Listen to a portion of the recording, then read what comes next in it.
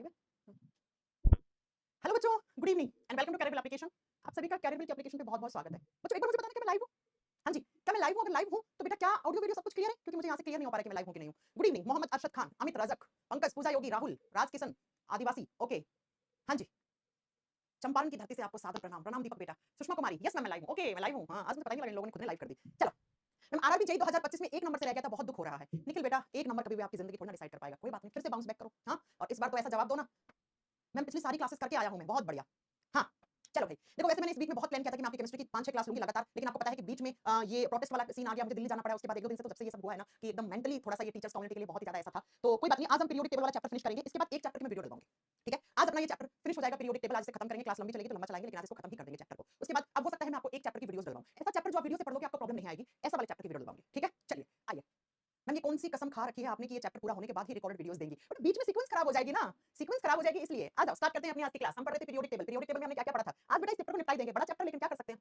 देखो last class में हमने पढ़ा था एस ब्लॉक, पी ब्लॉक। आज हमें पढ़ना है डी ब्लॉक और एफ ब्लॉक। मोटा मोटा ये पढ़ लेंगे, उसके बाद हम पीरियोडिक प्रॉपर्टीज पढ़ेंगे। आवर्त सारणी के कुछ लॉ हैं, कुछ नियम हैं, वो हम पढ़ेंगे। उसके बाद हम ये चैप्टर फिनिश कर देंगे, फिनिश हो जाएगा आपका चैप्टर। सुनिए, डी ब्लॉक कहां से कहां शुरू होता है आपको याद है पिछली क्लास का, या भूल गए हो? ग्रुप नंबर 13 से शुरू होता है। ओ क्या कर रही हूं मैं, 13 नहीं 3 से शुरू होता है। ये मार्कर क्या चाहता है मेरे से, चल क्यों नहीं रहा? हाँ, ग्रुप नंबर देखो, पहला और दूसरा एस ब्लॉक में आते हैं 3 से लेकर 12 तक। यहां पर 3 से 12 कितना हो गया? 10 है ना। तो डी ब्लॉक कौन कौन से ग्रुप से शुरू होता है? 3 से 12 जो ग्रुप्स होते हैं वो डी ब्लॉक में आते हैं। याद है आपको? 3 से लेकर 12 टोटल कितने हो गए? 10 ग्रुप्स। 10 ग्रुप्स जो है यानी कि 10 समूह हैं वो डी ब्लॉक में आते हैं। टोटल कितने एलिमेंट्स हैं इसमें? 40 एलिमेंट्स हैं।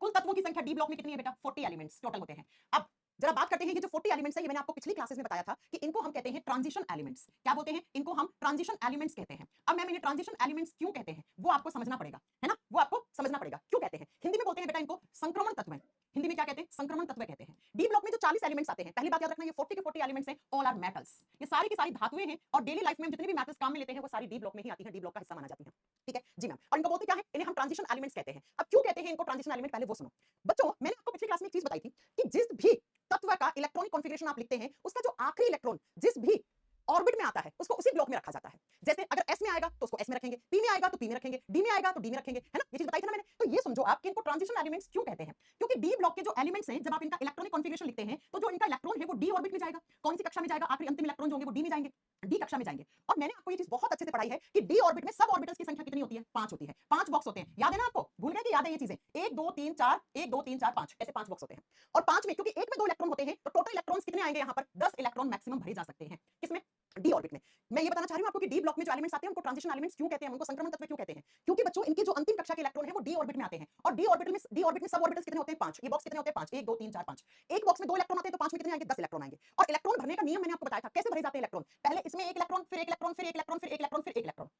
इलेक्ट्रॉन्स को ऐसे भरा जाता है, ऐसे, है ना? और ये स्पिन जो होता है इलेक्ट्रॉन का वो हमेशा ऑपोजिट डायरेक्शन में होता है। ये चीज मैं आपको बहुत अच्छे से पढ़ा चुकी हूं, राइट? तो ऐसे इलेक्ट्रॉन भरे जाएंगे। लेकिन बच्चों जब डी ब्लॉक के एलिमेंट्स का इलेक्ट्रॉनिक कॉन्फ़िगरेशन लिखते हैं, हम इलेक्ट्रॉनिक विन्यास बनाते हैं, तो इनका डी ऑर्बिट जो होता है वो इनकम्प्लीट होता है। इनकम्प्लीट का मतलब होता है पूरी तरीके से भरा हुआ नहीं होता है। इनकम्प्लीट क्या लिखोगे आप लिखोगे इनकम्प्लीट ऑर्बिटल्स। ऑर्बिटल्स, ऑर्बिटल्स का मतलब होता है उपकक्षाएं, क्योंकि इन तत्वों की उपकक्षाएं क्या होती हैं? अपूर्ण होती हैं, पूरे तरीके से नहीं भरी जाती हैं। आ सकते हैं इनमें कितने? 10 इलेक्ट्रॉन। लेकिन जब आप इन एलिमेंट्स का इलेक्ट्रॉनिक कॉन्फ़िगरेशन लिखोगे तो बेटा ये इनके ऑर्बिटल्स खाली रहते हैं, कंप्लीट नहीं भरे हुए होते हैं। इसलिए ये जो यहाँ के इलेक्ट्रॉन है ये ट्रांजिशन कर सकते हैं। ट्रांजिशन का मतलब है मूव कर सकते हैं, ऊपर से नीचे, नीचे से ऊपर मूवमेंट हो सकता है, और इसीलिए हम इनको बोलते हैं ट्रांजिशन एलिमेंट। तो आपका एग्जाम में क्या क्वेश्चन बना? कौन से ब्लॉक के तत्वों को ट्रांजिशन एलिमेंट कहते हैं? D block. कितने एलिमेंट्स? 40 एलिमेंट्स, ठीक है। अब मैं आपको एक दो एग्जांपल लेके दिखाती हूं। जैसे आप सोचिए इस पीरियोडिक टेबल में यहाँ पे आइए, आप देखिए ये क्या है? ये 21 नंबर पे स्कैंडियम होता है। 21 नंबर पे जो एलिमेंट आता है उसको स्कैंडियम कहते हैं। और ये कौन से ब्लॉक में आ रहा है? डी ब्लॉक में आ रहा है, क्योंकि तीसरा ग्रुप किस में आता है? डी ब्लॉक में आता है। और जब आप इनका इलेक्ट्रॉनिक कॉन्फ़िगरेशन इसमें से किसी का भी लिख लो, आप टाइटेनियम, वैनेडियम, क्रोमियम, किसी का भी लिख लो, तो इनका जो डी ऑर्बिट है वो इनकम्प्लीट रहेगा, पूरे तरीके से भरा हुआ नहीं होगा। इसीलिए इन एलिमेंट्स का ट्रांजिशन पॉसिबल है, इनका संक्रमण पॉसिबल है। जैसे आप देखिए किसी का भी ले लीजिए, जैसे टाइटेनियम ले लीजिए, तो टाइटेनियम का जो डी ब्लॉक होगा उसमें क्या होंगे? होंगे ऐसे 5 बॉक्स, 1 2 3 4 5। लेकिन जब आप टाइटेनियम का इलेक्ट्रॉनिक कॉन्फ़िगरेशन लिखेंगे तो आपको पता लगेगा कि इनके डी सब ऑर्बिट में कितने इलेक्ट्रॉन हैं? 2 ही इलेक्ट्रॉन हैं, और 2 आप ऐसे भरोगे।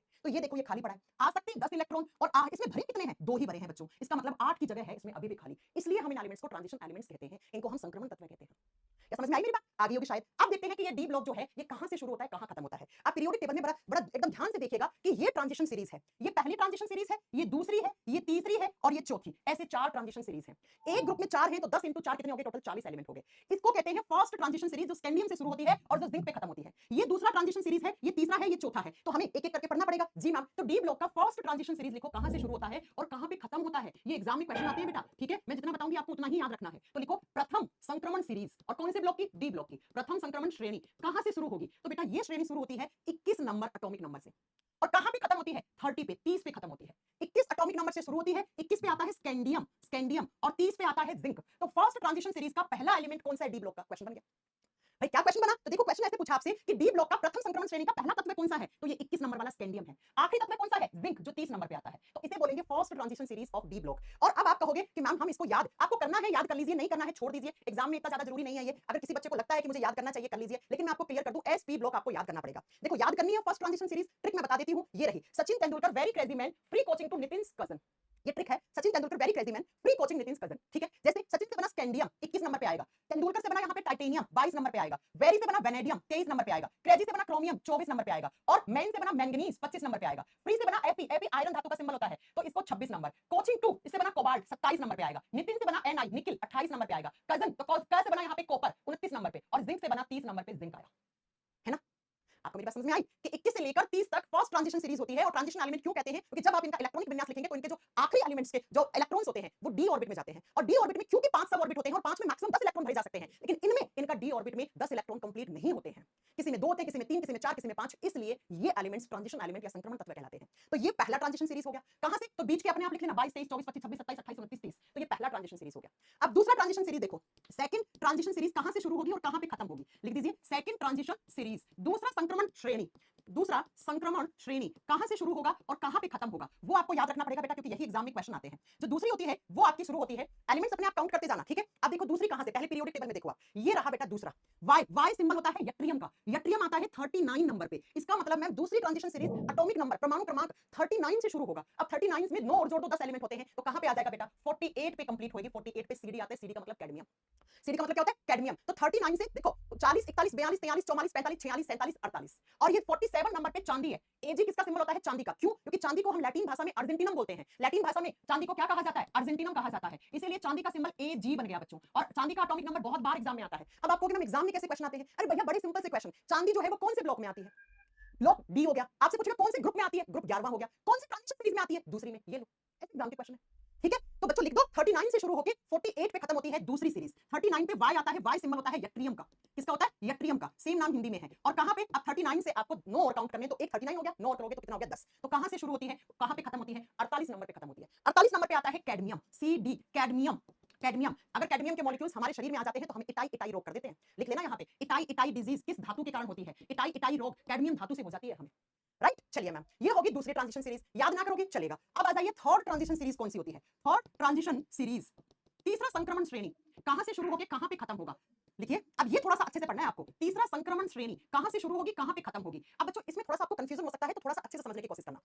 तीसरी कौन सी होगी? ये वाली, ये वाली। ये कलर इस कलर से मैच कर रहा है, क्यों? क्योंकि ये जो पहला एलिमेंट है ना L A, L a symbol होता है लेंथेनियम का, और लेंथेनियम का एटॉमिक नंबर होता है 57। बहुत ध्यान से समझना, लेंथेनियम का एटॉमिक नंबर होता है 57। लेंथेनियम यहां आता है। अब 57 के बाद, लेंथेनियम के बाद के 14 एलिमेंट यहां रख दिए गए बेटा, ये देखो, ये देखो।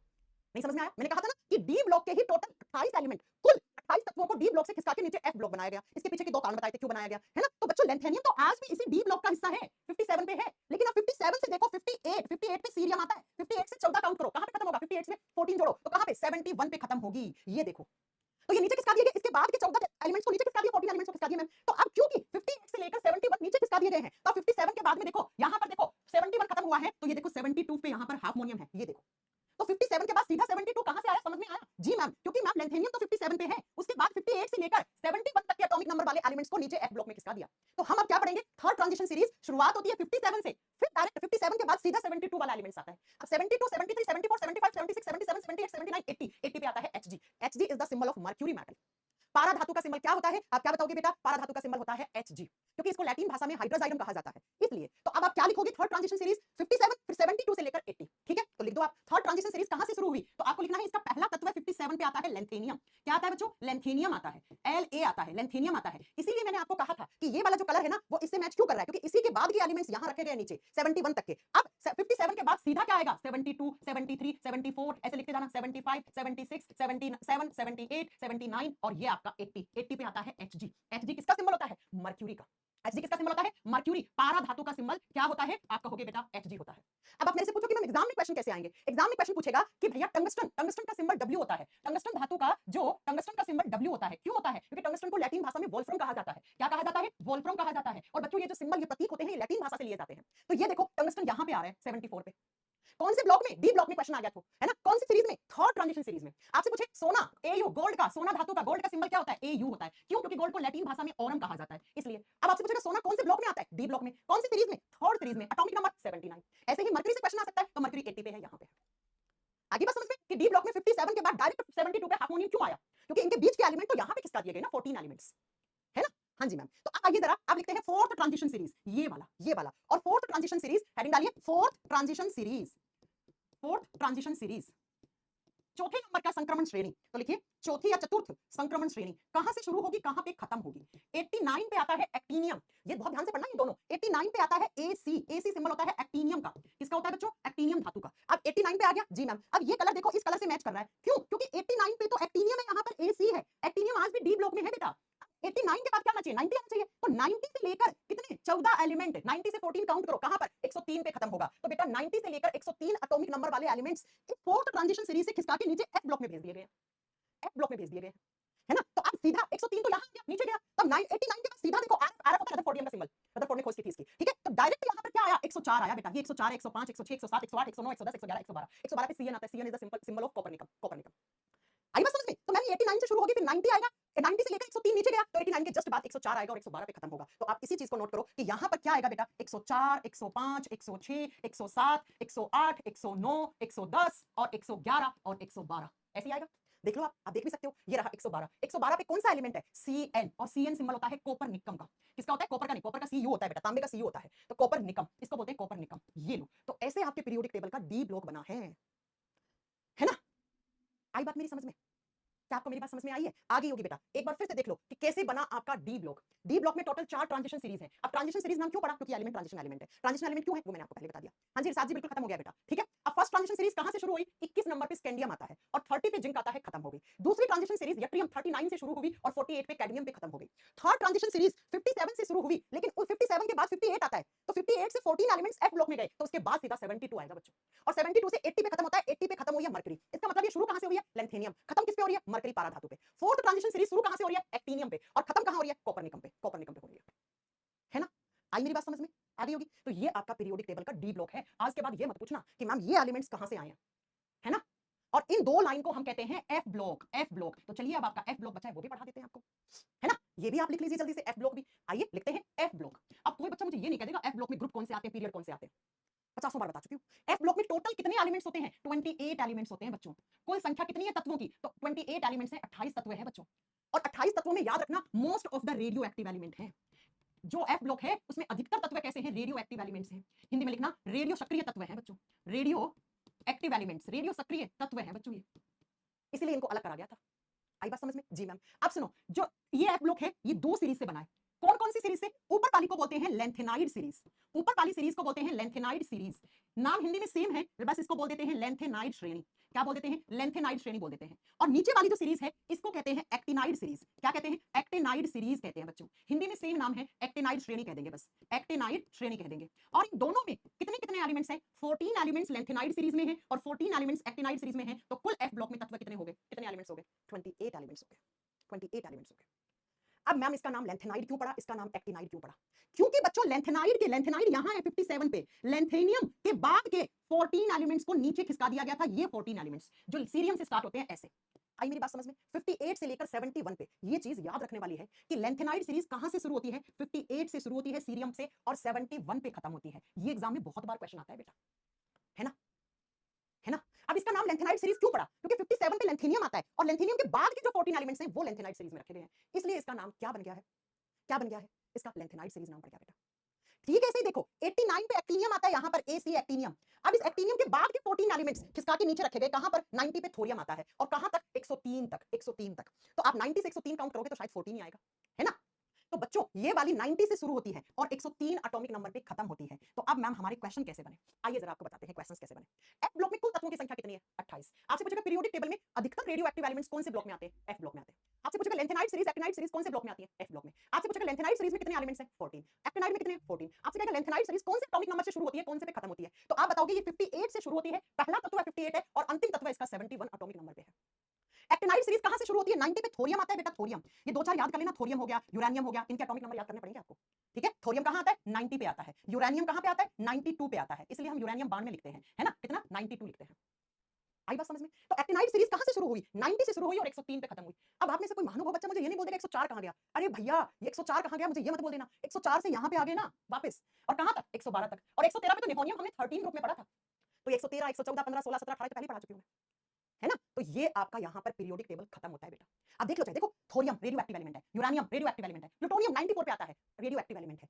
तो ये अधिकतर रेडियो एक्टिव एलिमेंट्स हैं, इनको खिसका के यहाँ पे रखा गया। और इसमें आपको 3 एटॉमिक नंबर तो याद करने ही पड़ेंगे। कौन कौन से क्या एटॉमिक नंबर याद करोगे? थोरियम 90 पे आता है, यूरेनियम 92 पे आता है, और प्लूटोनियम 94 पे आता है। ऐसे आपको ये 3 याद करने पड़ेंगे। अब आपसे पूछ ले थोरियम यूरेनियम प्लूटोनियम कौन से ब्लॉक में आता है, कौन सी सीरीज में आता है, तो भैया वो आपका काम है याद करना, ठीक है ना, वो आपका काम है याद करना। जॉइंडिस एंड डायबिटीज, डायबिटीज बेटा इंसुलिन वाले चैप्टर में पढ़ाया होगा, ढंग से पढ़ो। क्या नाम है? टिल्लू, टिल्लू बेटा, इंसुलिन हार्मोन की कमी से डायबिटीज होता है, बहुत अच्छे से पढ़ाया है वहां पे। पहले आप अच्छे से पढ़ाई करो, उसके बाद बताना कि नहीं पढ़ाया है कुछ। जॉइंडिस के बारे में बता रखा है मैंने, जब लीवर चैप्टर पढ़ाया होगा वहां पे जॉइंडिस का बताया होगा कि बिलीरुबिन ज्यादा बनाता है जिसकी वजह से जॉइंडिस हो जाता है ना बेटा। मुझे उंगलियों पे याद होता है कि मैंने क्या पढ़ाया क्या नहीं पढ़ाया। आगे बात समझ में? यस और नो, जल्दी बोलो। तो इसी के साथ हमारा पूरा का पूरा पीरियोडिक टेबल खत्म होता है। मैं आपको फिर से बता दूं, आप स्कूल में नहीं है, स्कूल में तो पूरा एसपीडीएफ ब्लॉक याद रखना होता है, लेकिन अभी आपको सिर्फ एस और पी ब्लॉक याद रखना है। डी में कुछ कुछ याद कर लो, जैसे चांदी 47 पे आता है, सोना ऑरम 79 पे आता है, और मरकरी 80 नंबर पे आता है। 3 ये याद कर लो, थोरियम यूरेनियम प्लूटोनियम, बस इतना याद करो, ठीक है। तो ये हमारा पीरियोडिक टेबल खत्म। अब कोई बच्चा मुझे ये नहीं कह देगा 118 वाला कौन सा है, किस ग्रुप में सारा है ना, ये नहीं कह देगा। अब हम पढ़ेंगे इस पीरियोडिक टेबल की प्रॉपर्टीज। प्रॉपर्टीज क्या है इसकी? कुछ तो भैया प्रॉपर्टीज होंगी, और पीरियोडिक टेबल की प्रॉपर्टीज को बोलते हैं पीरियोडिक फंक्शन, आवर्त नियम, इनको कहते हैं पीरियोडिक फंक्शन। तो फटक से हेडिंग डालो, पीरियोडिक फंक्शन। पीरियोडिक फंक्शन क्या क्या है, कुछ इसकी प्रॉपर्टीज याद करनी पड़ेंगी आपको, आवर्त गुण याद करने पड़ेंगे आपको पीरियोडिक टेबल के। क्या क्या आवर्त गुण, जिसमें से सबसे पहला आता है एटॉमिक रेडियस। एटॉमिक रेडियस बच्चों, एक मिनट, लाइट कट होगी, आज सुबह से ये प्रॉब्लम हो रही है, मुझे डिजिटल बोर्ड वापस स्टार्ट करना पड़ेगा। एक सेकंड, मेरी आवाज आ रही होगी, आपका कैमरा तो बंद हो गया है, लेकिन मेरी आवाज आप तक पहुंच रही होगी, तो प्लीज एक सेकंड वेट कीजिए। ये लाइट ना कट होती ना तो इन्वर्टर लोड लेता है ना, तो 1-2 मिनट के लिए सब कुछ बंद हो जाता है।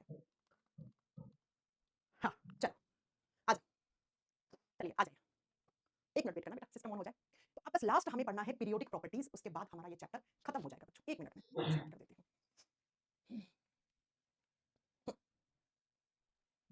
पता नहीं आज सुबह से प्रॉब्लम हुई, दोनों दोनों क्लास में प्रॉब्लम हुई, आज बायोलॉजी वाले में प्रॉब्लम हुई, केमिस्ट्री वाले में प्रॉब्लम हुई। टिल्लू कह रहे कैंसर नहीं पढ़ाया बेटा, कैंसर को तो डिटेल में पढ़ाने के लिए वीडियो करूंगी मैं, रिकॉर्ड डलवा दूंगी, क्या कोई इतना परेशान हो रहे हो, तो पढ़ाया है पहले वो तो पढ़ लो बेटा। यूट्यूब से पढ़ लेना, कैंसर कैंसर वीडियो बाय काजल मैम डालना आ जाएगा बेटा। चल आओ, हाँ तो पीरियोडिक प्रॉपर्टीज पढ़ रहे थे हम, क्या क्या पीरियोडिक प्रॉपर्टीज हैं, आवर्त सारणी के क्या क्या गुण है बेटा। क्या सारा चला गया क्या? नहीं होगा, कोई बात नहीं, वापस हेडिंग डाल लेते हैं, चला भी गया तो कोई ना। अब लिखिए, आप हेडिंग डाल सकते हो पीरियोडिक प्रॉपर्टीज या पीरियोडिक फंक्शन, दोनों ही सही है। आवर्त गुण, क्या क्या पीरियोडिक टेबल के कैरेक्टरिस्टिक्स है, क्या क्या है, जिसमें से सबसे पहला कैरेक्टरिस्टिक है एटॉमिक रेडियस। आपने फिजिक्स में पढ़ा होगा एटॉमिक रेडियस क्या होता है बच्चों, हाँ जी, हिंदी में कहते हैं परमाणु त्रिज्या। अब यहाँ पे परिभाषा नहीं लिखनी है आपको, परिभाषा नहीं याद करनी है, बस आपको तो ये याद रखना है कि पीरियोडिक टेबल में टॉप टू बॉटम आते हैं तो एटॉमिक रेडियस बढ़ती है कि घटती है, लेफ्ट से राइट जाते हैं तो बढ़ती है कि घटती है ना, तो ऐसे आपको पढ़ने हैं। चलो अब सुनो, चलो क्या एटॉमिक रेडियस क्या होता है, सबसे पहले मुझे बताओ। हम जब एटम को रिप्रेजेंट करते हैं तो कैसे करते हैं, ये किसी भी एटम का क्या है, बीच में इसका न्यूक्लियस है, नाभिक है, और नाभिक के चारों तरफ ये जो सर्कुलर पाथ होते हैं, है ना, ये वृत्ताकार आपके क्या है, पाथ है, इन सर्कुलर पाथ को हम क्या बोलते हैं, ऑर्बिट कहते हैं, कक्ष कहते हैं, इनको क्या कहते हैं, ऑर्बिट यानी कक्ष कहते हैं। और ये क्या है, ये न्यूक्लियस है, ये नाभिक है। ये क्या है बच्चों, न्यूक्लियस है, नाभिक है, किसी भी परमाणु के सेंटर में उसका क्या होता है बच्चा, उसका न्यूक्लियस होता है, नाभिक होता है, और नाभिक के चारों तरफ क्या होते हैं, सर्कुलर पाथ होते हैं, जिनको हम ऑर्बिट या कक्ष कहते हैं, ठीक है, 2D मॉडल में ऑर्बिट वैसे सेल भी कहते हैं इनको, ठीक है, हाँ जी मैम। अब इन ऑर्बिट में क्या होते हैं, ऑर्बिट में होते हैं इलेक्ट्रॉन्स, इलेक्ट्रॉन्स चक्कर काट रहे होते हैं, है ना, काट रहे होते हैं, ठीक है। तो इस न्यूक्लियस और इस सबसे बाहरी कक्षा का, ये बाहरी कक्षा हो गया, इसका सबसे बाहर वाला ये हो गया 3 नंबर वाला, 4 है ना, 3 नहीं है, 1 2 3 4, तो ये चौथा क्या है इसका, आउटर शेल है, ठीक है, आउटर शेल यानी बाहरी कक्षा, अंतिम कक्षा, इसमें इलेक्ट्रॉन है। तो इस न्यूक्लियस और इलेक्ट्रॉन के बीच का ये जो डिस्टेंस है, ये जो दूरी है, इसी को आप क्या कहते हो, इसी को आप एटॉमिक रेडियस कहते हो, परमाणु त्रिज्या कहते हो। समझ में आ गई, परिभाषा नहीं लिखनी आपको, एग्जाम में नहीं आता है, बस आपको दिमाग में रखने वाली बात है कि न्यूक्लियस और किसी भी तत्व की सबसे बाहरी कक्षा में उपस्थित इलेक्ट्रॉन के बीच की जो डिस्टेंस है, जो दूरी है, उसको एटॉमिक रेडियस कहते हैं, उसे परमाणु त्रिज्या कहते हैं, ठीक है जी मैम। अब मुझे ये बताओ, जितनी ज्यादा एटॉमिक रेडियस होगी जिस भी एलिमेंट की, उतना ही बड़ा उसका एटॉमिक साइज होगा। जिस भी परमाणु की परमाणु त्रिज्या जितनी ज्यादा होगी, उसका साइज भी उतना बड़ा होगा। जिस भी एलिमेंट की जितनी कम एटॉमिक रेडियस होगी, उसका साइज उतना ही छोटा होगा। जी मैम, जी मैम। तो अब आइए जरा, क्या एटॉमिक रेडियस पे क्या प्रभाव पड़ता है जब आप लेफ्ट से राइट जाते हैं, टॉप टू बॉटम जाते हैं। जब हम पीरियोडिक टेबल में टॉप टू बॉटम आते हैं, किसमें आते हैं, टॉप टू बॉटम, टॉप का मतलब ऊपर, बॉटम का मतलब नीचे, तो हम किसकी बात करते हैं, हम हमेशा और हमेशा ग्रुप्स की बात करते हैं, समूहों की बात करते हैं। तो बेटा जब भी हम पीरियोडिक टेबल में किसी ग्रुप में ऊपर से नीचे आते हैं, तो एटॉमिक रेडियस हमेशा क्या होती है, इंक्रीज होती है। क्या होती है, इंक्रीज होती है, यानी कि बढ़ती है। क्यों बढ़ती है, उसका कारण भी सुन लो, क्योंकि नंबर ऑफ सेल बढ़ता है, नंबर ऑफ सेल बढ़ेगा तो ये डिस्टेंस बढ़ेगा। अरे भैया अगर किसी एटम में एक ही सेल हुआ तो ये डिस्टेंस कम, 2 हुआ तो थोड़ा ज्यादा, 3 हुआ तो और ज्यादा, 4 हुआ तो और ज्यादा। तो जब हम पीरियोडिक टेबल में टॉप टू बॉटम आते हैं, किसी ग्रुप में ऊपर से नीचे जाते हैं, तो एटॉमिक रेडियस बढ़ती है। अब आप कहोगे मैम क्वेश्चंस कैसे आते हैं एग्जाम में, ये बताओ ना आप तो सुनिए जरा, ये पहला आपका ग्रुप है। एक मिनट रुकिए, मैं फाइल लगा लूं। जैसे ये आपका पीरियोडिक टेबल का एस वाला ब्लॉक है, इसका पहला ग्रुप है, ठीक है, ये पहला ग्रुप है। अब मैं आपसे बहुत थका हुआ क्वेश्चन पूछूंगी और आप मुझे आंसर करोगे उसका। क्या मैं आपसे पूछूं, क्या hydrogen, lithium, sodium, potassium, rubidium, caesium, francium, इसमें कौन से एलिमेंट की एटॉमिक रेडियस सबसे ज्यादा होगी, किसकी सबसे कम होगी? तो कितना थका हुआ क्वेश्चन है। ऊपर से नीचे आते हैं तो एटॉमिक रेडियस बढ़ता है, परमाणु त्रिज्या बढ़ता है, इसका मतलब एटॉमिक साइज भी बढ़ेगा। तो अगर मैं आपसे पूछ लूं एक क्वेश्चन, क्या कि आपका पोटेशियम, रुबिडियम, सीजियम, फ्रांसियम, इसमें सबसे बड़ा एटॉमिक साइज वाला एलिमेंट कौन सा है, बताओ जरा। ट्रिप्टोफैन क्या होता है टिल्लू, यार तुम्हारे बहुत डाउट है ना। ट्रिप्टोफैन एक अमीनो एसिड होता है, ठीक है, दूध में भी होता है, नींद अच्छी आती है इसकी वजह से, ठीक है। चलो अब बताओ फटाक से बताओ सबसे बड़ा कौन सा है एटॉमिक साइज वाला या एटॉमिक रेडियस वाला एलिमेंट, सबसे छोटा कौन सा है, जल्दी बताओ। तो सबसे नीचे आएगा वो बड़ा है, फ्रांसियम सबसे बड़ा है, और इनमें सबसे ऊपर कौन आ रहा है, पोटेशियम। तो पोटेशियम छोटा हो गया, ये लो ऐसे क्वेश्चन आते हैं। अब ऐसे क्वेश्चन आते हैं तो आपको निकालने नहीं बैठना है, इलेक्ट्रॉनिक विन्यास निकालूंगा फिर इलेक्ट्रॉन भरूंगा ना भैया, इतना टाइम नहीं है, इतने 5 क्वेश्चन कर लेंगे हम। वहां पे ये ट्रिक काम आती है, ठीक है बच्चों। जी मैम क्वेश्चन ऐसे आते हैं, मैंने बता दिया आपको। अब जरा सुनो, क्या जब पीरियोडिक टेबल में हम लेफ्ट से राइट जाते हैं, अब मुझे ये मत बता देना कि लेफ्ट से राइट जाते हैं तो हम किसके बारे में बात करते हैं। तो कितनी बार बताऊं, लेफ्ट से राइट जाते हैं तो हम किसकी बात करते हैं, हम पीरियड की बात करते हैं, हम आवर्त की बात करते हैं। आवर्त ऐसे तो काउंट करते हैं हम, ऐसे ऐसे ऐसे 7 आवर्त होते हैं। तो बच्चों जब हम पीरियोडिक टेबल में किसी पीरियड में लेफ्ट से राइट जाते हैं तो सुनिए ध्यान से, पहले पहले तो एटॉमिक रेडियस क्या होती है, बहुत ध्यान से समझना। पहले एटॉमिक रेडियस डिक्रीज होती है, क्या होती है, डिक्रीज होती है, घटती है। एटॉमिक रेडियस क्या होती है, घटती है। कहां तक घटेगी ये आपको जानना है। अरे टिल्लू भाई बार बार कमेंट मत करो, बता दो दिया ट्रिप्टोफैन क्या होता है। ट्रिप्टोफैन एक अमीनो एसिड होता है। क्यों इतना बेटा बार बार कमेंट कर रहे हो, हाँ नहीं याद करने तुम्हें अमीनो एसिड। पहले एटॉमिक रेडियस घटती है, कहां तक घटती है, ध्यान से सुनना, 16वीं ग्रुप तक, ग्रुप नंबर 16 तक घटती है। अब बच्चों होता क्या है, 16 तक तो घटेगी एटॉमिक रेडियस। अब 16 के बाद क्या आना चाहिए, 17वां ग्रुप, और उसके बाद क्या आना चाहिए, 18वां। लेकिन जब एटॉमिक साइज की बात करते हैं तो बेटा पहले आता है 18th ग्रुप, 16 के बाद 18वां आता है और फिर आता है 17वां ग्रुप, ग्रुप नंबर 17, ऐसे लिखना है आपको। अब मुझे ये बताओ कि अगर मैं आपसे एक थका हुआ क्वेश्चन पूछ लूं कि पीरियोडिक टेबल में सबसे कम एटॉमिक रेडियस वाले एलिमेंट कौन से ग्रुप में आते हैं, तो आप करके आओगे 17वें ग्रुप में आते हैं। कौन से में आते हैं बेटा, 17वें ग्रुप में। और 17th ग्रुप का नाम दिया था मैंने हैलोजन ग्रुप। इसका मतलब मैम सबसे कम एटॉमिक रेडियस कौन से ग्रुप के एलिमेंट्स की होगी, हैलोजन वालों की होगी। आई मेरी बात समझ में। अब ऐसा क्यों होता है, पहले तो 16 तक घटती है, फिर मैं 18 पहले क्यों लिखा। 18वें में आती है नोबल गैसेस, और याद रखना ग्रुप नंबर 18 में आती है नोबल गैसेस, जिनको हम हिंदी में कहते हैं उत्कृष्ट गैस, जो किसी से रिएक्ट नहीं करती है। और जो उत्कृष्ट गैस होती है ना, उनमें कौन सी रेडियस लगती है, वांडरवाल रेडियस लगती है। कौन सी रेडियस लगती है, वांडरवाल रेडियस लगती है बच्चों। और वांडरवाल रेडियस के कारण ये थोड़े से लूजली पैक्ड होते हैं, इनके इलेक्ट्रॉन्स थोड़े से लूजली पैक्ड होते हैं, जिसकी वजह से आपको बताना है कि ये थोड़े बड़े, ये थोड़े छोटे हो जाते हैं। और जो 17th ग्रुप में एलिमेंट्स आते हैं उनमें कौन सी रेडियस होती है, कोवेलेंट रेडियस होती है, कोवेलेंट त्रिज्या पाई जाती है, या सह संयोजी त्रिज्या पाई जाती है। खैर आपसे इतना कोई नहीं पूछेगा, आपसे एक कांसेप्ट कोई नहीं पूछेगा, आपसे डायरेक्टली क्वेश्चन पूछेगा कि भैया पीरियोडिक टेबल में सबसे कम एटॉमिक रेडियस वाले एलिमेंट्स कहां हैं। तो आपको मैंने बता दिया कि जब लेफ्ट से राइट जाते हो तो घटती है, लेफ्ट से राइट जाते हो तो घटती है, तो घट रही है, इसका मतलब मैम 16 तक तो घटेगी और 17वें के पहले 18वां आएगा, फिर 17 आएगा। बस इतना आपको याद रखना, इतना आपको याद रखना, ठीक है। तो पीरियोडिक फंक्शन में पहला फंक्शन हमने कर लिया एटॉमिक रेडियस, परमाणु त्रिज्या, जो टॉप टू बॉटम यानी ग्रुप में आने से क्या होगा, किसी भी ग्रुप में ऊपर से नीचे आते हैं तो बेटा क्या होता है, तो उसकी एटॉमिक रेडियस बढ़ती है, जबकि लेफ्ट से राइट जाते हैं तो घटती है। और कहां तक, 16 तक घटती है और उसके बाद 17 आता है। लेकिन एटॉमिक रेडियस के कांसेप्ट में आपको याद रखना है 18वें ग्रुप की नोबल गैसेस के अंदर वांडरवाल रेडियस पाई जाती है, जिसके कारण ये 17वें से थोड़े छोटे डिक्रीज हो रही है ना बेटा, ये देखो ना। तो पहले कौन सा, 18वां, फिर 17वां आएगा, ठीक है। चलो आगे आगे चले जी मैम। अब आ जाओ दूसरा पीरियोडिक फंक्शन। दूसरा पीरियोडिक फंक्शन में लिखोगे आप आयोनाइजेशन एनर्जी, आयोनाइजेशन एनर्जी जिसको हिंदी में कहते हैं आयनन विभव, आयोनाइजेशन एनर्जी।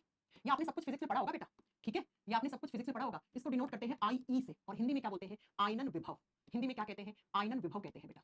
तो आपसे पूछेगा पीरियोडिक टेबल में ऊपर से नीचे जाने पर आयोनाइजेशन एनर्जी में क्या बदलाव आता है, लेफ्ट से राइट जाने में क्या बदलाव आता है। अब बदलाव तो आप तब समझ पाओगे ना जब आपको पता होगा आई होता क्या है, आयोनाइजेशन एनर्जी होती क्या है। बेटा ये आपका कोई भी एटम है, ये उसका न्यूक्लियस है और ये उसके बाहर ऑर्बिट होते हैं, कक्ष होते हैं। ये अंतिम वाला कक्ष आउटर कक्ष कहलाता है, आउटर शेल कहलाती है, अंतिम कक्षा कहलाती है, संयोजी कक्षा कहलाती है। और अगर आप इस संयोजी कक्षा में एक इलेक्ट्रॉन ऐड करोगे तो बेटा जितना इस सर्कुलर पाथ का, इस ऑर्बिट का एनर्जी है, उतना एनर्जी आपको देना पड़ेगा ऐड करने के लिए भी। और अगर यहां से इलेक्ट्रॉन बाहर निकालना है तब भी आपको उतनी ही एनर्जी खर्च करनी पड़ेगी जितनी एनर्जी आपने इसको जोड़ने में लगाई थी। किसी भी परमाणु की सबसे बाहरी कक्षा में एक इलेक्ट्रॉन को ऐड करने के लिए आप जितनी एनर्जी देते हो उतना ही एनर्जी उसको बाहर निकालने के लिए भी लगाते हो। आउटर शेल में इलेक्ट्रॉन ऐड करने के लिए भी एनर्जी खर्च करनी पड़ती है और निकालने के लिए भी एनर्जी खर्च करनी पड़ती होती है। और एक बात हमेशा याद रखना, जितना एनर्जी यहाँ पे देते हो ऐड करने में, उतना ही बाहर निकालने में लगती है। अरे ये पोडियम है, उस पोडियम को मैं यहाँ से यहाँ खिसकाऊंगी, तो जितना एनर्जी से मैंने यहाँ से यहाँ खिसकाया है, इतना ही एनर्जी मैं इसको वापस वहीं खिसकाने में लगाऊंगी। तो वही बात है, बस वही बात है। तो अब आयोनाइजेशन एनर्जी होता क्या है, आयोनाइजेशन एनर्जी होता है मिनिमम एनर्जी रिक्वायर्ड। लिख लेना क्या होता है इसकी परिभाषा, minimum energy, energy required, required to to remove loosely packed electron, loosely packed electron. Hindi में लिखो, किसी भी तत्व की, किसी भी तत्व की बाहरी कक्षा में उपस्थित, बाहरी कक्षा में उपस्थित इलेक्ट्रॉन को हटाने के लिए या बाहर निकालने के लिए, हटाना बाहर निकालना यहाँ पे एक ही बात है, रिमूव करना, हटाने के लिए खर्च की गई मिनिमम ऊर्जा, खर्च की गई न्यूनतम ऊर्जा को आयनन विभव कहा जाता है, आईई कहा जाता है, आयनन विभव कहा जाता है। आगे बात समझ में? जी मैम। किस, अच्छा एक बात हमेशा याद रखना, जब भी इलेक्ट्रॉन जोड़ते हो इलेक्ट्रॉन हटाते हो तो किससे निकालते हो? आउटर शेल से, सबसे बाहरी कक्षा से, ठीक है, सबसे बाहरी कक्षा से। ये इनर सेल से इलेक्ट्रॉन नहीं निकलते हैं, इसका कारण बताया था मैंने आपको, है ना। अब बच्चों आईई पे क्या प्रभाव पड़ता है, एक बात याद रखना, एटॉमिक रेडियस के जस्ट उल्टा आईई होता है, आईई होता है। तो मुझे ये बताओ, अभी मैंने पढ़ाया था जब हम टॉप टू बॉटम आते हैं किसी ग्रुप में तो क्या बढ़ता है? एटॉमिक रेडियस बढ़ती है, तो बेटा आईई घटती है। आपको लिखना है तो इस चीज को आप हमेशा के लिए इस चीज को लिख सकते हो कि आईई अगर बढ़ेगा तो बेटा एटॉमिक रेडियस घटेगी, एटॉमिक रेडियस घटेगी। ये बात हमेशा के लिए नोट डाउन कर देना एक बॉक्स में कि अगर आयनन विभव बढ़ रहा है तो रेडियस घटती है, रेडियस बढ़ रही है तो आईई घटता है, उल्टे होते हैं एक दूसरे के, उल्टे होते हैं बेटा। तो जब टॉप टू बॉटम आएंगे तो आप मुझे बताओ आईई क्या होगा, बढ़ेगा या घटेगा? इसी से बता दो, इसी से बता दो। और मुझे बता दो कि लेफ्ट से राइट जाएंगे, अब मैं बार बार ये नहीं बताऊंगी कि लेफ्ट से राइट जाएंगे तो हम किसके बारे में बात करेंगे, ठीक है, आवर्त के बारे में बात करेंगे। तो बेटा ग्रुप में आयनन विभव क्या होगा और पीरियड यानी आवर्त में आयनन विभव क्या होगा? फटाक से आंसर करो मुझे, जल्दी जल्दी आंसर करो बच्चों, प्लीज फटाक से आंसर करो। मैं वेट कर रही हूं आपके क्वेश्चन का, मैं आपके क्वेश्चन का वेट कर रही हूं आंसर का। आज थोड़ी क्लास लंबी चलेगी, चैप्टर खत्म करना है हमें, ठीक है, तो टाइम मत बोलना कि समय हो गया। बेटा जब आप टॉप टू बॉटम आते हो किसी ग्रुप की बात करते हो तो आयनन विभव हमेशा डिक्रीज होता है। क्या होता है? डिक्रीज होता है, घटता है। क्यों? तो इसका आंसर ये रहा, ये रहा। और जब लेफ्ट से राइट जाते हो तो आईई यानी आयोनाइजेशन एनर्जी क्या होती है? इंक्रीज होती है, बढ़ती है बच्चों, है ना। क्यों? तो आंसर ये रहा। अब मैम क्वेश्चन कैसे आएगा एग्जाम में, चलिए आपसे बताते हैं। आपसे क्वेश्चन पूछ लिया एग्जाम में कि मुझे ये बताओ, क्या आपको बताना है सोडियम, रुबीडियम, सीजियम, फ्रांसियम में आयनन विभव सबसे कम किसका होगा, सबसे ज्यादा किसका होगा? चलो फटाक से बताओ, सोडियम, रुबीडियम, सीजियम, फ्रांसियम में सबसे कम आयनन विभव किसका है और सबसे ज्यादा आयनन विभव किसका है? जल्दी बताओ बेटा, जल्दी। अब ये मत कहना कॉन्सेप्ट मैंने बता दिया बेटा, साथ में ये बता रही हूं क्वेश्चन कैसे आते हैं एग्जाम में। हाँ जी, तो मुझे ये बताओ, ऊपर से नीचे आते हैं तो डिक्रीज होती है, इसका मतलब जो ऊपर होगा उसका सबसे ज्यादा होगा, तो जितना नीचे होगा उसका उतना ही कम आयनन विभव होगा। तो सबसे ज्यादा किसका होना चाहिए? इन चारों में सोडियम सबसे ऊपर आ रहा है तो सोडियम का आयनन विभव क्या होना चाहिए? ज्यादा। और इन चारों में सबसे नीचे कौन आ रहा है? फ्रांसियम, तो सबसे कम किसका होना चाहिए? फ्रांसियम का। ये लो, ये लो। कभी कभी ग्रुप और पीरियड को मिक्स करके क्वेश्चन पूछ लेता है, ठीक है। यस, हो गया, बता दोगे ऐसे क्वेश्चंस आ जाए एग्जाम में तो ठीक है, मैं बता देंगे। अब आ जाओ तीसरा पीरियोडिक प्रॉपर्टीज, जो सेम है इसके जैसा ही, इलेक्ट्रॉन एफिनिटी। तीसरा लिखो, ये याद रखना है आपको कब बढ़ता है कब घटता है, ठीक है, क्योंकि क्वेश्चंस इसी से कर पाओगे कॉन्सेप्ट से। तीसरा आपको लिखना है electron affinity. Electron affinity Hindi में बोलते हैं इलेक्ट्रॉन बंधुता। इलेक्ट्रॉन बंधुता क्या होता है बेटा? इलेक्ट्रॉन बंधुता, जब आप किसी भी एटम की आउटर शेल में एक इलेक्ट्रॉन ऐड करते हो तो उस इलेक्ट्रॉन को ऐड करने के लिए जितना minimum amount of energy spend करते हो, खर्च करते हो, उसको इलेक्ट्रॉन एफिनिटी कहते हैं। अभी थोड़ी देर पहले पढ़ाया था कि जितना एनर्जी निकालने में खर्च करोगे उतना ही एनर्जी एक इलेक्ट्रॉन ऐड करने में लगाओगे। तो खर्च करने में जो एनर्जी होता है उसको हम क्या कहते हैं? Ionisation energy. और ऐड करने में जो एनर्जी लगाते हैं उसको हम इलेक्ट्रॉन एफिनिटी कहते हैं। तो लिख दो इसकी परिभाषा, amount of energy, amount of energy which spent to add an electron. लिख दो, परिभाषा लिखनी है तो लिख लो, amount of energy spent to add an electron. एक इलेक्ट्रॉन को जोड़ने के लिए, और कौन सी कक्षा में? बाहरी कक्षा में, तो सेल्फ अंडरस्टूड है। लिखो, इलेक्ट्रॉन को सबसे बाहरी कक्षा में, सबसे बाहरी कक्षा में जोड़ने के लिए, जोड़ने के लिए खर्च की गई, खर्च की गई ऊर्जा के मान को, ऊर्जा के मान को इलेक्ट्रॉन बंधुता कहते हैं। इलेक्ट्रॉन बंधुता कहते हैं बच्चों, बंधुता कहते हैं। अब मैंने थोड़ी देर पहले आपको खुद बताया कि जितना आपने एनर्जी डाला है इलेक्ट्रॉन को ऐड करने में उतना ही एनर्जी बाहर निकालने में खर्च करते हो। तो कॉन्सेप्ट तो सेम रहेगा ना, फंडा सेम रहेगा। तो आप खुद बताओ कि आप टॉप टू बॉटम आते हैं, यानी किसी ग्रुप में आप ऊपर से नीचे जाते हैं तो आपका इलेक्ट्रॉन एफिनिटी पे क्या प्रभाव पड़ता है? तो इलेक्ट्रॉन एफिनिटी डिक्रीज होगी। क्या होगी? डिक्रीज होगी, घटेगी, ठीक है। और जब आप लेफ्ट से राइट जाते हो, बाएं से दाएं जाते हो, किसके अंदर? आप बताओगे किसी आवर्त में, पीरियड में, तो बेटा क्या होगा? इलेक्ट्रॉन एफिनिटी बढ़ेगा, बढ़ेगा, लिख दो, इंक्रीज होगा, इंक्रीज होगा। ध्यान से लिखते जाना, लास्ट में एक साथ आपसे पूछूंगी, लास्ट में आपसे एक साथ पूछूंगी। अब आप कहोगे मैम क्वेश्चंस कैसे आते हैं? तो बेटा चार एग्जांपल दे देगा, या तो ग्रुप में या पीरियड में या मिक्स कर देगा, और पूछेगा आपसे किसका सबसे ज्यादा इलेक्ट्रॉन एफिनिटी है, किसका सबसे कम इलेक्ट्रॉन एफिनिटी है। ये लो, ऐसे क्वेश्चन आ जाते हैं एग्जाम में, ठीक है। डिक्रीज होती है किसी भी ग्रुप में, ऊपर से नीचे आते हैं तो इलेक्ट्रॉन एफिनिटी घटती है, जबकि बाएं से दाएं दिशा में जाते हैं तो किसी आवर्त में इलेक्ट्रॉन एफिनिटी इंक्रीज होती है, इंक्रीज होती है बच्चों, ठीक है। लिख दूं? अरे लिख दूं? जी मैम लिख दो। तो तीसरा पीरियोडिक प्रॉपर्टी हो गया। अब आओ फोर्थ पीरियोडिक प्रॉपर्टी, जिसको हम कहते हैं वैलेंसी, जिसको हम कहते हैं वैलेंसी, संयोजकता। क्या होती है बच्चों वैलेंसी? 50 बार बता दिया वैलेंसी क्या होती है। हाँ जी, कैपेसिटी ऑफ कंबाइंडिंग, है ना, इतनी बार बताया मैंने आपको, इतनी बार बताया आपको वैलेंसी क्या होती है। अब मैं बार बार नहीं बताऊंगी वैलेंसी क्या होती है। आइए यहाँ पर, जब हम टॉप टू बॉटम आते हैं, टॉप टू बॉटम का मतलब है किसी भी ग्रुप की बात कर रहे हो आप।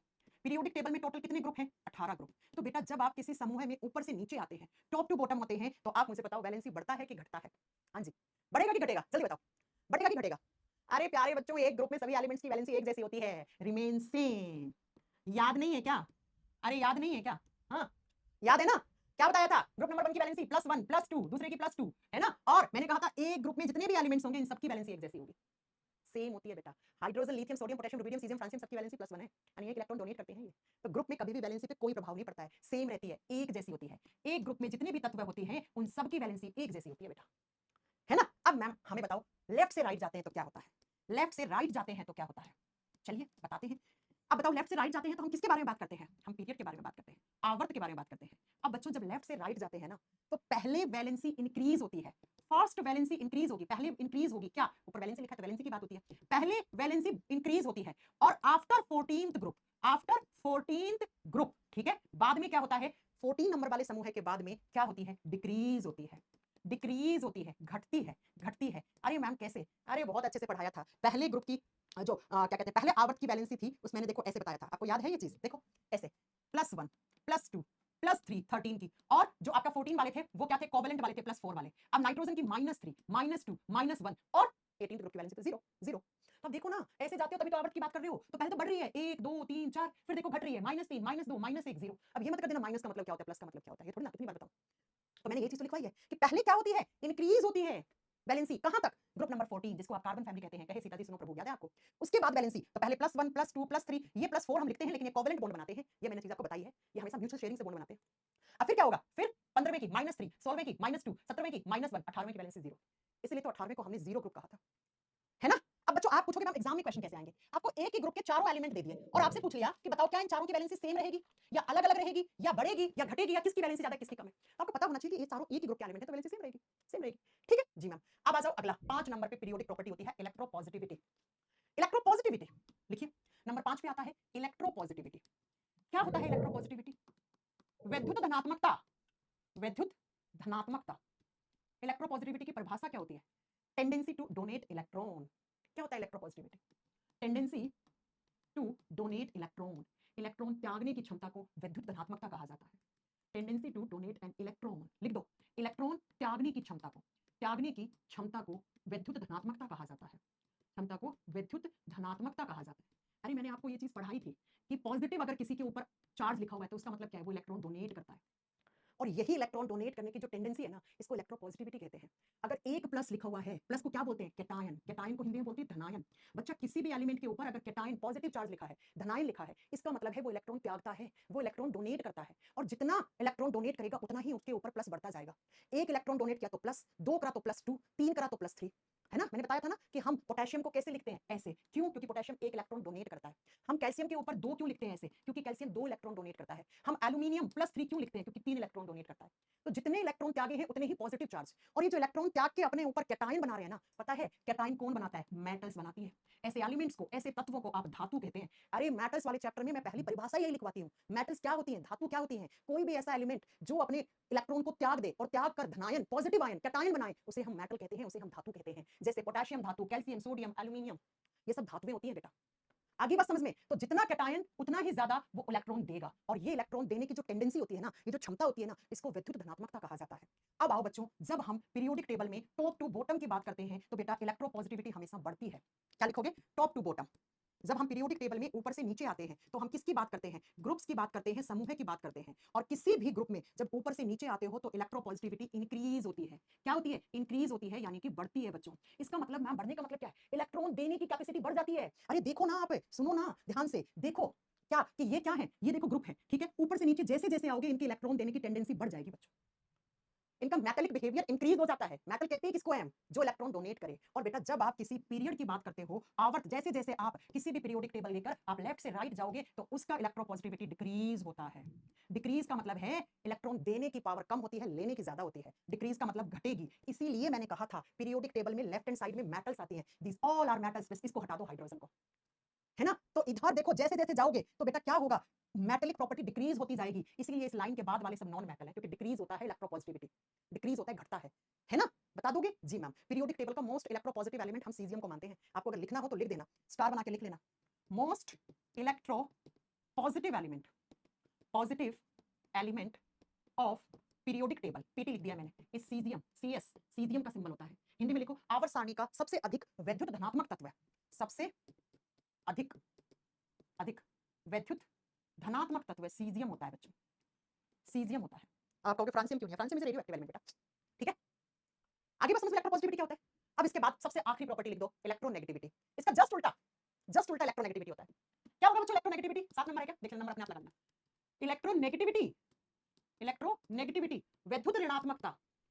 ऋण ले लिया, ऋण का मतलब क्या होता है? उधार ले लिया। उधार का मतलब क्या है? इलेक्ट्रॉन ले लिया, लेके ऋण ले लिया, ऋणात्मक आयन आएगा। क्या होता है इलेक्ट्रोनेगेटिविटी? जो किसी भी एलिमेंट ने इलेक्ट्रॉन डोनेट किया, अब ये मान लो ये एक एलिमेंट है, इसने अपना एक इलेक्ट्रॉन हटा के यहाँ ये मार्कर एक इलेक्ट्रॉन है।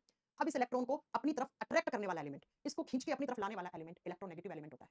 और ये जो खींचने की टेंडेंसी है ना, ये इलेक्ट्रॉन को अपनी तरफ आकर्षित करने की क्षमता है ना, इसे इलेक्ट्रोनेगेटिविटी कहा जाता है। इसे विद्युत ऋणात्मकता कहा जाता है। डोनेट किए हुए इलेक्ट्रॉन को अपनी तरफ खींचना विद्युत ऋणात्मकता कहलाता है। लिखना है तो लिख लो भैया, लिख दो। डोनेट किए गए इलेक्ट्रॉन को अपनी तरफ आकर्षित करने की क्षमता, ठीक है, या खींचने की, खींचना या आकर्षित करना, खींचने की क्षमता को विद्युत ऋणात्मकता कहा जाता है। क्षमता को विद्युत ऋणात्मकता कहा जाता है, यानी इलेक्ट्रॉन लेने की टेंडेंसी भैया, टेंडेंसी टू एक्सेप्ट इलेक्ट्रॉन, ठीक है, कहा जाता है। और बेटा जब इलेक्ट्रॉन को लेता है एलिमेंट, इलेक्ट्रॉन को अपनी तरफ खींच के लेता है, इलेक्ट्रॉन ले लिया, इसका मतलब ऋण ले लिया। ये बनाता है आयन, ये बनाता है आयन।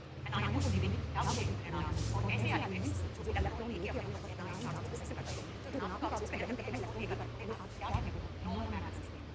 नहीं तो नॉन मैग्नेटिक की भाषा होती है, हम क्या कहते हैं? आप ही कहते हैं नॉन मैग्नेटिक की भाषा क्या होती है? ये इलेक्ट्रोनेगेटिव नेचर। और किसी से ऋणात्मक होते हैं, ऋणात्मक का क्या अर्थ है? इलेक्ट्रॉन लेते हैं, इलेक्ट्रॉन लेते हैं, मैग्नेटिक चार्ज आ जाता है उनको। क्लोरीन में क्या लिखते हो आप? F माइनस, यानी कि क्लोरीन क्या करता है? इलेक्ट्रॉन लेता है। क्लोरीन में क्या लगाते हो? Cl माइनस, इलेक्ट्रोन लेता है ना?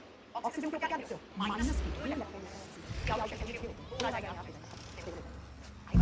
ये सब क्या है? Chlorine, oxygen, nitrogen, phosphorus, sulphur, these are non matters, मतलब धातु होते हैं। अब बच्चों इलेक्ट्रोनेगेटिविटी जस्ट उल्टा होता है इलेक्ट्रोपॉजिटिविटी का। अगर किसी ग्रुप में ऊपर से नीचे आओगे आप, टॉप टू बॉटम आओगे किसी ग्रुप में, तो इलेक्ट्रोपॉजिटिविटी बढ़ेगी। तो देखेंगे कितनी बढ़ेगी, ये तो होगी ना।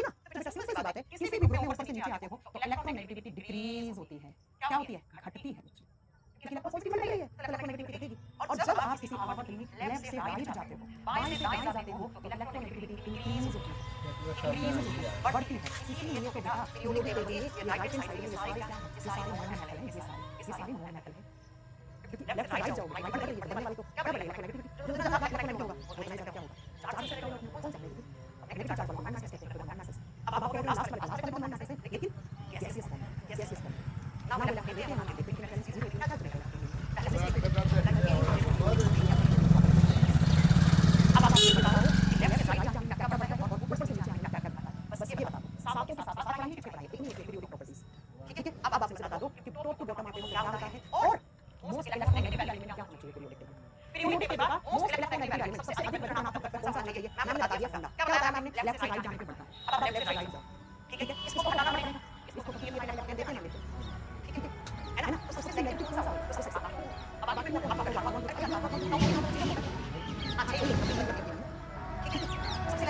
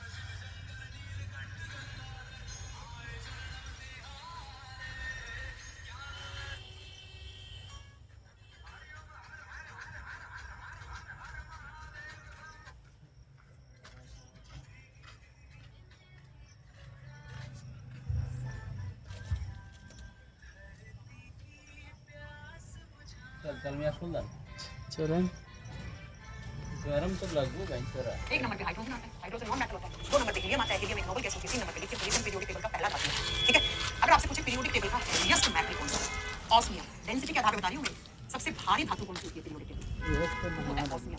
अब अगर आपसे पूछे ऑस्मियम कहां आता है, भी लोग जानते हैं बच्चों? ऑस्मियम। हां जी, मोस्ट इलेक्ट्रोनेगेटिव एलिमेंट आपने अभी तक आंसर नहीं दिया मुझे। हां जी। अब अगर आपसे पूछे पीरियोडिक टेबल का लाइटेस्ट एलिमेंट कौन सा होगा? लाइटेस्ट एलिमेंट यानी सबसे हल्का तत्व कौन सा? ज्यादा क्या हाइड्रोजन से हल्का कुछ हो सकता है क्या? नहीं मैम, हाइड्रोजन 1 नंबर पे आता है, इससे हल्का क्या होगा? तो सबसे हल्का हाइड्रोजन होगा। सामने लेती हूँ, बेटा न्यूट्रॉन धातु लिखिए, धातु लिखिए, है ना? अगर आपसे पूछे लाइटेस्ट गैस कौन सी है, तो hydrogen gas is lightest gas, ठीक है? हाइड्रोजन गैस क्या होती है? सबसे हल्की गैस होती है, बेटा याद रखना। लेकिन हाइड्रोजन गैस को हम हर जगह नहीं लेके जा सकते, क्योंकि इसका एक्सप्लोसिव नेचर होता है, इसलिए हम लेके जाते हैं ऐसे।